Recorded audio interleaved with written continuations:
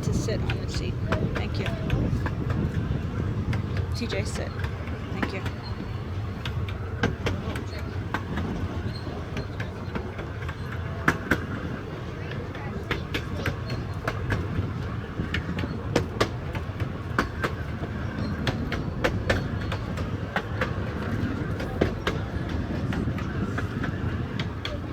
Here it comes. You ready? Yep. We're gonna go on the other side of the Y. Yeah? We're gonna go that way. You ready? Here we go.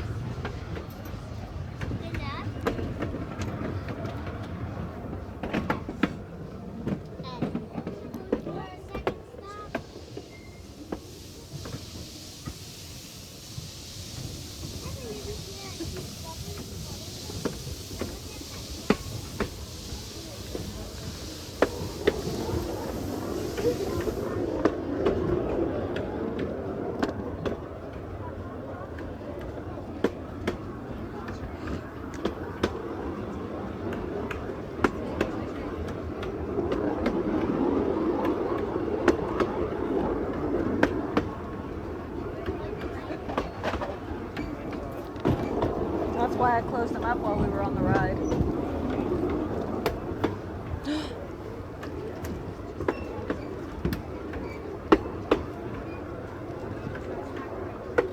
It's gonna go up. It's gonna go up to slow it down. You see the buffers? See the buffers back there?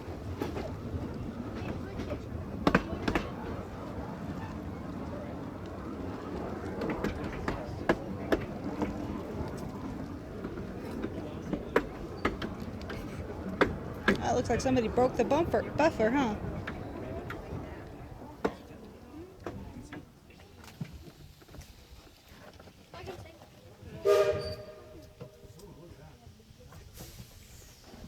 Why are we in the bumper?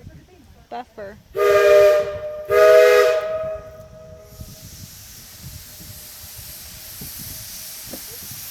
Why are we in the No, bumper? on the ground. You don't stand on the seat. Oh, you're on the button. Well, yeah, that's the end of the track over there.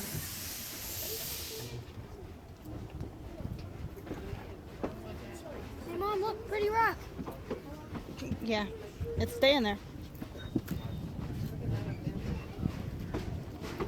There's another one. Cabin stop. It's called granite.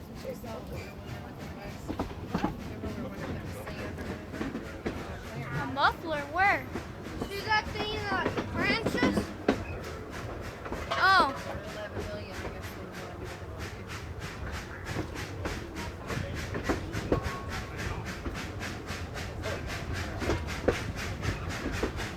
Did we go a different way, TJ? There's a steak. Mmm. What?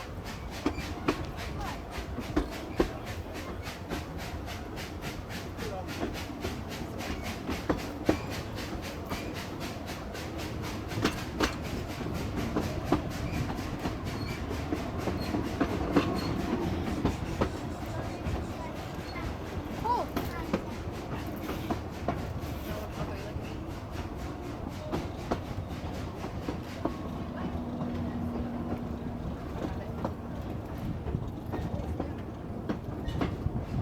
Came back this way. Yep, we're back on the track that we were on before, huh? If you look out the right-hand side of the train towards the front at a 45-degree angle, keep your eyes high up in those aspen trees. There will be a hole in the ground where you can see a vein of gold has been removed. That is called a stope. Miners dig a tunnel beneath or above the vein of gold, and then they pull the ore into the tunnel to be taken out later. The richest open area was at the Crescent Mine, and in 4 weeks they removed $1.2 million worth of gold.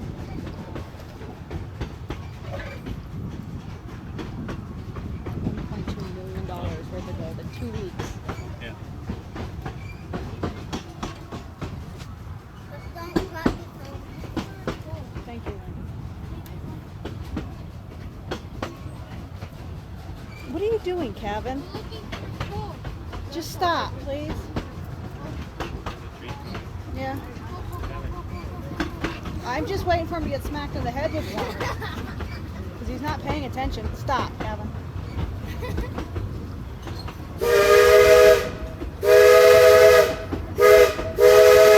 There's a lot of coal here. Wait, no, that's burned up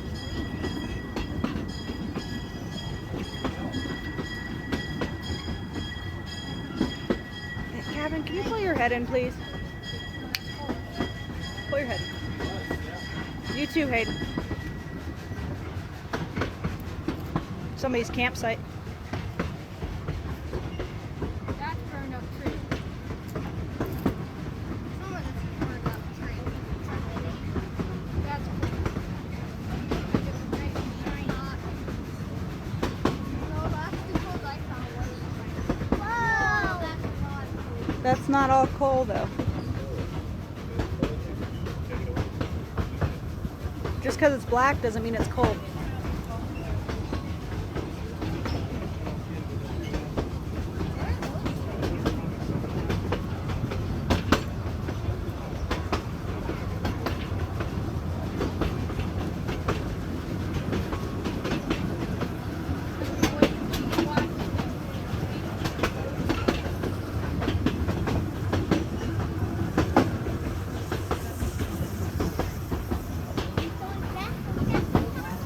Is he?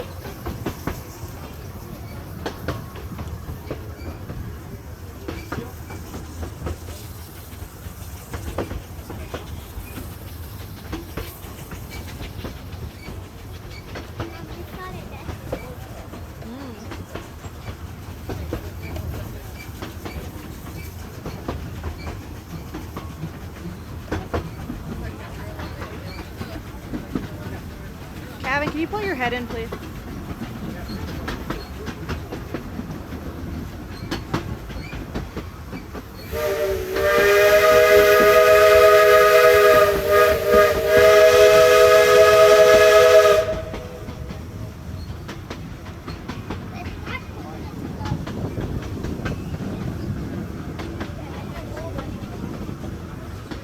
There's a new cloudy with a chance of meatball, Mom. Number 2. Okay. Where did that come from? How did that even come up? We're riding on a train in the middle of nowhere. I don't know. There's a cloudy with a chance of meatballs, number 2, Mom. Yeah, we saw it on Nice. Completely out of the blue.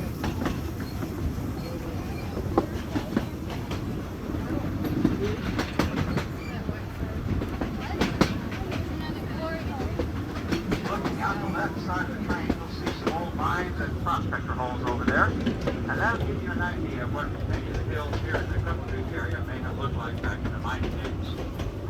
At the top of that hill is the railroad grade to the Colorado Springs and Crook Creek District Railway. And then up towards the prospector is a big white sign. To the left of that sign, that is the Yellowbird Mine.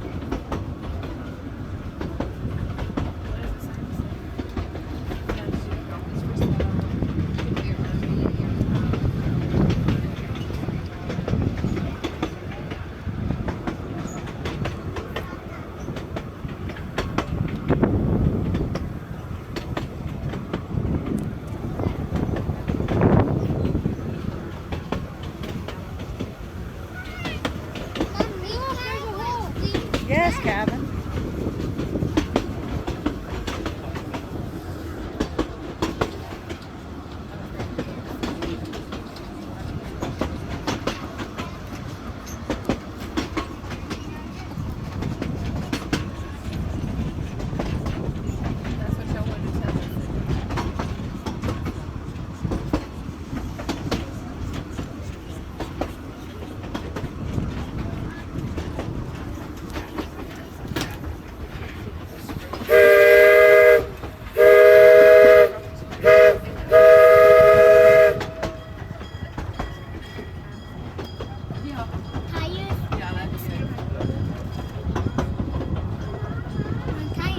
Yeah, tired. Everywhere. To mark the road. I don't know where it is. Landon, you spilt the last Kevin? one. Kevin, stop. Looking out the left side of the train, you'll notice very few houses on many of those streets. Back in the mining days, this little valley was just packed full of full of houses and other buildings. But as the mines began to close, miners would just simply leave town, and their houses were sold for back taxes. Some of those houses ended up in Fort Carson as base housing. On the very far side, and a little bit north of west, is a tall, cone-shaped mountain. Little white. That is Mount Pisgah. To take a look at a white. Between us and Mount Pisgah is the Mount Pisgah Cemetery, where a number of Cripple Creek's famous people are buried. One person buried there is Suzanne Henderson. She was one of the first female doctors in the area. When television learned of her story, they used it as a basis for the TV show, Dr. Quinn Medicine.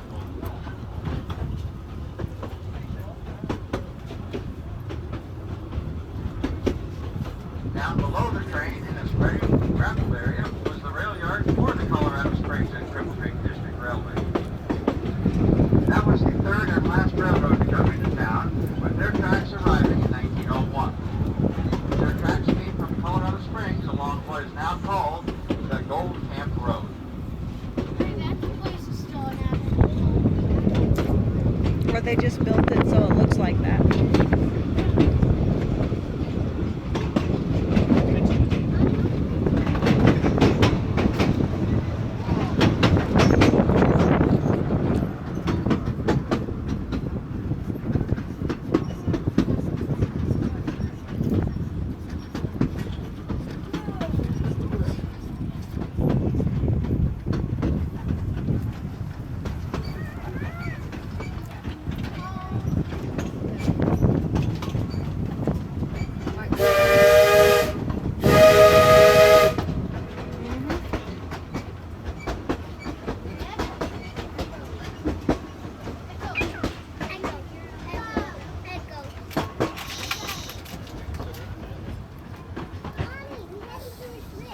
Yep, we're gonna go to the switch, aren't we?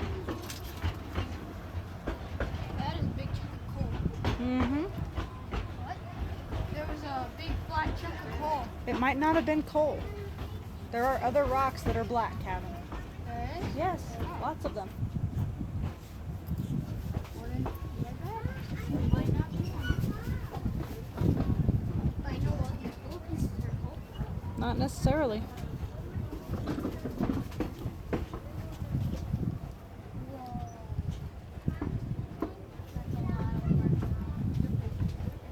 Popcorn out. Say again. Stop, Landon. If you're not gonna eat it and you're gonna waste it, then just put it down. What is that? It's a cart. It's like an old coal cart. To me, it looks like an old. You going backwards? No, he's No, not telling yet. me other train he can go.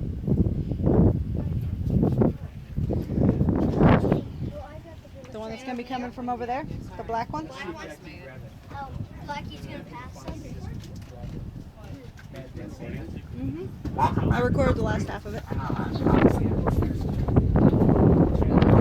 at the left-hand side of the train, some folks on the right side, you feel like standing up and look. Feel free to do so. But looking out the left-hand side towards the rear of the train, down the hill over the tracks, you'll see a paved street running in front of all those buildings. That is Myers Avenue, and that was the red light district. There were over 50 parlor houses and 75 saloons on the street. The most famous and prestigious parlor house is that white building right down there called the Old Homestead. It was owned and operated by Madame Pearl Devere. And Pearl was pretty smart. When someone went to check in to her place, the first thing that she did is check their bank statement. If they didn't have enough money, Pearl did not let them check in. That may have been a very wise business decision. One night at the Old Homestead would start at $200. Pearl came to Cripple Creek at the age of 31, but died 5 years later from a morphine overdose. When her parents found out that she was not a seamstress, What happened? they refused to pay for her funeral. But Pearl was pretty well liked here in town, and the local folks got together and they paid for that funeral. She is now buried up in the Mount Pleasant Cemetery. And now we need Part of that funeral procession was a brass band, and on the way back from that cemetery, they played "There'll Be a Hot Time in the Old Town Tonight." The worst day for Cripple Creek history is April 25th, 1896. Almost every building in town is wood. And a couple blocks down, a bartender and his girlfriend tipped over a burning lamp, and they burned down half the downtown area. 4 days after that, there was a grease fire in the kitchen of the Porter Hotel, and they finished the job.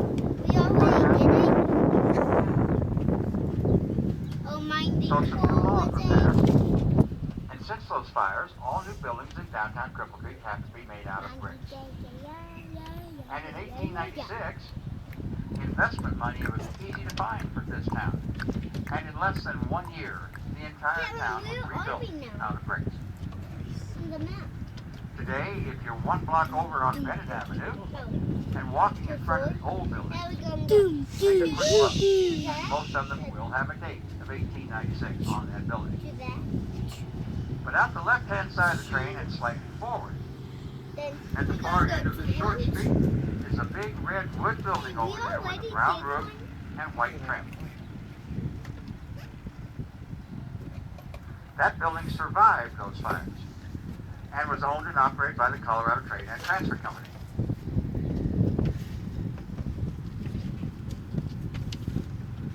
We have the train parked at the opening to Poverty Gulch, which extends in front of the train by about 2 miles. Over 120 years ago, a cowboy by the name of Bob Womack found gold in Poverty Gulch about 1 mile up. Eventually, he called that mine the El Paso Lode. Mine gold? Now, Bob had a hard time convincing folks he had found some gold. What is this? The experts who had been visiting Cripple Creek had all proclaimed no gold Then in we Cripple took Creek. it to this. And Bob had a small personal problem. Then we He was a took man it who liked to go to drinking. here we were already. I'm sure that little fact didn't help his cause any, but he did finally convince someone he sold gold, or he had actually found To gold. the next is And he sold half of that mine for a measly $500. reading the map. Later, he sold the rest of it for another $350. The name of the mine was changed to the Gold King, and they removed $5 million of gold from that mine. And Bob died broke at his sister's house in Colorado Springs in 1909. For the remainder of our trip, we're going to be pulling on up into Poverty Gulch. And if you look out the left-hand side of the train as we pass a big pile of dirt up here, you'll see a log cabin up there. That will be Bob Womack's cabin. And as we back into the station, look up the gulch again. There's an old mine even further up, and that's the Abraham Lincoln, which produced $1 million in gold. Mommy, get this before it's train. The engine that's pulling this oncoming train is engine number 3, the Porter. What? It was built by the H.K. Porter Company of Pittsburgh, Pennsylvania, in 1927.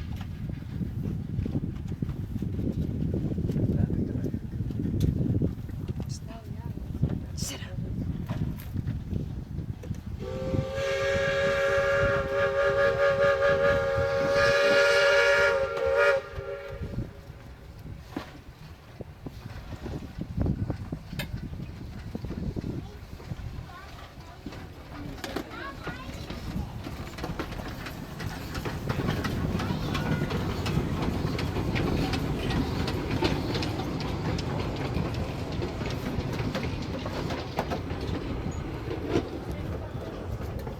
Kevin, sit.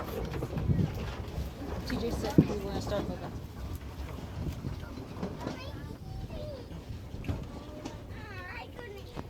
Landon, look at the mess you made.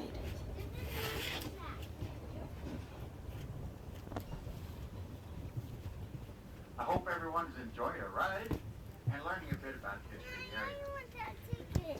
Landon, have any questions when we get back to the station, feel free to come up and ask. For the rest of your afternoon, we do have two small favors to ask. One, Where's my ticket? we I like have it. everybody to go out and be safe. And two, we want you to go out and have just a great afternoon. Thank you very much for riding on the Cripple Creek Victor Narrow Gauge Railroad. Solved the problem, didn't it, Landon?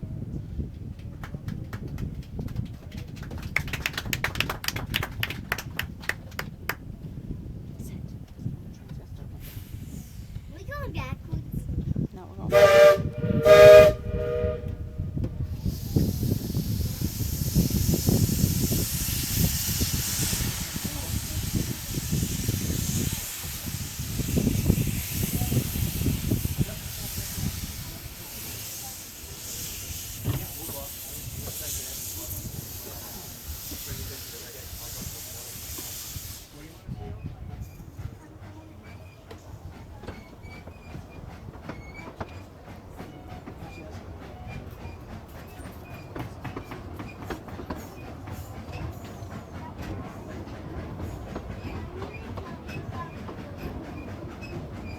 What's pushing us? The engine. How far faster? Mm-hmm.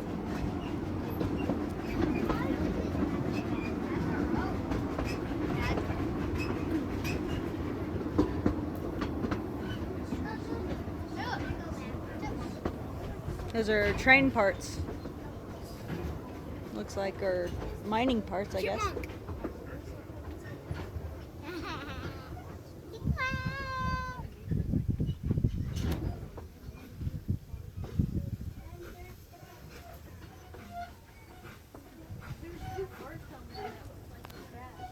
Why are we stopping Old car. here?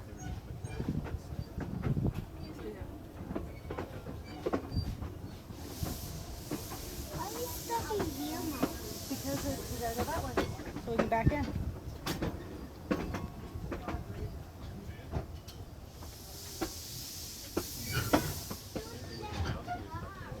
Yeah, up there. Oh, there's one up here too.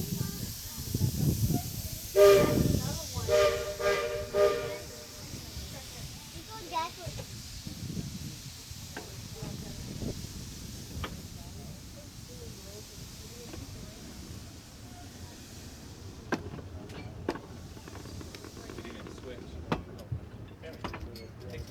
Mm-hmm.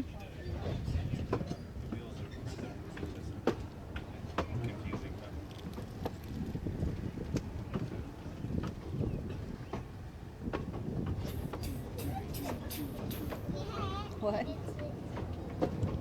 You said what? Yes.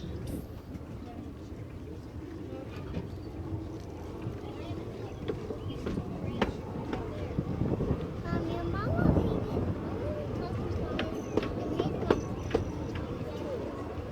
does he want to play with me with talking toys?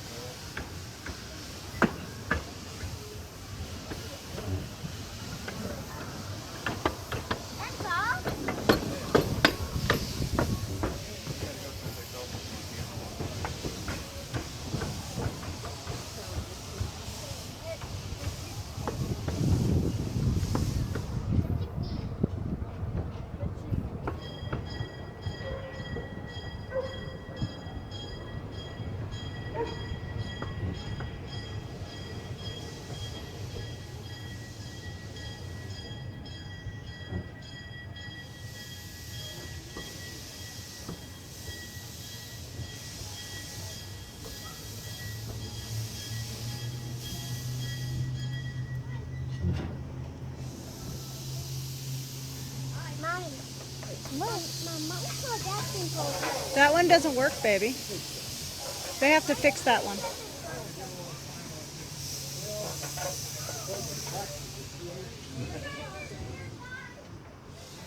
What was the question? One, that's why the fingers like that. Oh.